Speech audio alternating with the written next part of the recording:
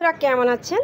আপনাদের আশীর্বাদে আমিও ভালো আছি। তাই আজকে যে নারায়ণ পূজা দেওয়া হবে তাই সেই সদাইপত্র নিতে যাচ্ছিলাম, বেরিয়ে পড়েছি। এখন বেরিয়ে যাব, আমরা দুই বোনে মিলে যাব। তো আপনারা কেমন আছেন?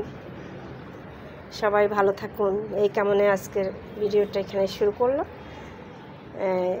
বের হয়ে গেলাম, এই পথটা আর দেখালাম না, একটুখানি বেরিয়ে গেলাম।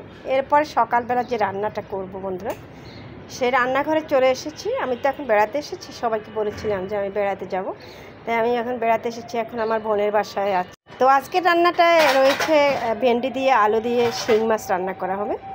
তাই আলুগুলোকে আগে ভালো করে ভেজে নিচ্ছি, তারপরে রান্নাটা বসিয়ে দেবো। কারণ বিকেলে যেহেতু নারায়ণ পুজোটা আছে, আলুগুলো ভাজা হয়ে গেছে। এবার ভেন্ডিগুলোকে আলুর মতো একটু ভেজে নেব, ভালো করে কষিয়ে নেব। একটু কষিয়ে নিলে ভালো লাগে। আমার কাছে ভেন্ডির তরকারিটা এতটাই ফেভারিট বন্ধুরা। ভেন্ডি ভর্তাটাও ভালো লাগে, ভাজিটাও ভালো লাগে, ভেন্ডির তরকারিটাও আমার সেই লাগে আমার কাছে। কার কাছে কেমন লাগে জানি না, তবে আমার কাছে খুবই ভালো লাগে। হলুদ মরিচ গুঁড়ো সব দিয়ে দিলাম, কাঁচা মরিচ এগুলোও দিয়ে দিলাম। এখন দিয়ে ভালো করে কষিয়ে নেব। কষিয়ে এবার জলটা দিয়ে দিলাম। বন্ধুরা, তোমরা কি কখনো ভেন্ডির তরকারি এভাবে খাও কিনা? তবে খেয়ে দেখো, ট্রাই করে দেখো, দারুণ লাগে কিন্তু তরকারিটা। তো এই তরকারির পরে আরেকটা তরকারিও দেখাবো বন্ধুরা। এখানে জিরার গুঁড়া, গোলমরিচের গুঁড়ো সব কিছু দিয়ে দিলাম।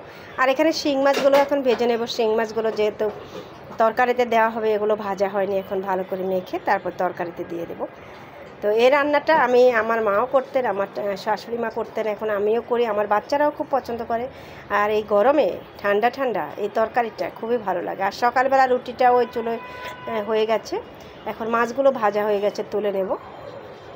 তো এখন রান্না টান্না সব কিছু করে ফ্রেশ হয়ে নেব। এরপরে এই যে মাছের তরকারিটা বেড়ে নিলাম, আলু দিয়ে ভেন্ডি দিয়ে তরকারিটা বাটিতে বেড়ে নিলাম।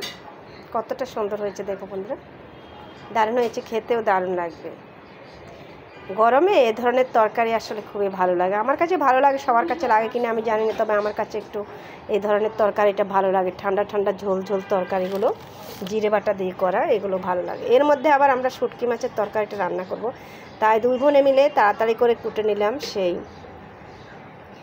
কাঁঠালের বিচি, তারপর দিয়ে দিল পেঁয়াজ, তারপরে রসুন বাটা, তারপরে হলো রসুন, তারপরে হয়ে গেল টমেটো। তো এবার মশলাগুলো দিয়ে দেবো। শুটকি মাছগুলো দিয়ে দেওয়া হয়েছে, ভালো করে ধুয়ে পরিষ্কার করে নেওয়া হয়েছে, ধুয়ে দেওয়া হয়ে গেল। তো এবার লবণটাও দিয়ে দিলাম, হলুদের গুঁড়ো। এই শুটকি মাছের এই কাঁঠালের বিচি দিয়ে তরকারিটাও সেই বেশ ভালো লাগে, খেতে ভালো লাগে। এখন তাজা তাজা কাঁঠালের বিচি আছে, কাঁঠালের সিজন যেহেতু, কাঁচা তেল মেখে একদম ভালো করে সব কিছু মেখে এখন বসিয়ে দেওয়া হবে বন্ধুরা। তো তোমাদের সাথে আর কি কথা বলবো, এই যে শুটকি মাছের তরকারি আর ভেন্ডির তরকারিটাই আজকে দেখালাম, এই যে বসিয়ে দিলাম। তো আজকের মতো এই ভিডিওটা এখানেই শেষ করব। আর খেয়ে দেখবো এখন কেমন হলো, রান্নাটা কেমন হলো খেয়ে দেখতে হবে না? রান্না হয়ে গেছে, এবার খেয়ে দেখবো রান্নাটা কেমন হলো। তো ভাত নিয়ে নিয়েছি, একটুখানি শুটকির তরকারিও নিয়ে নিয়েছি।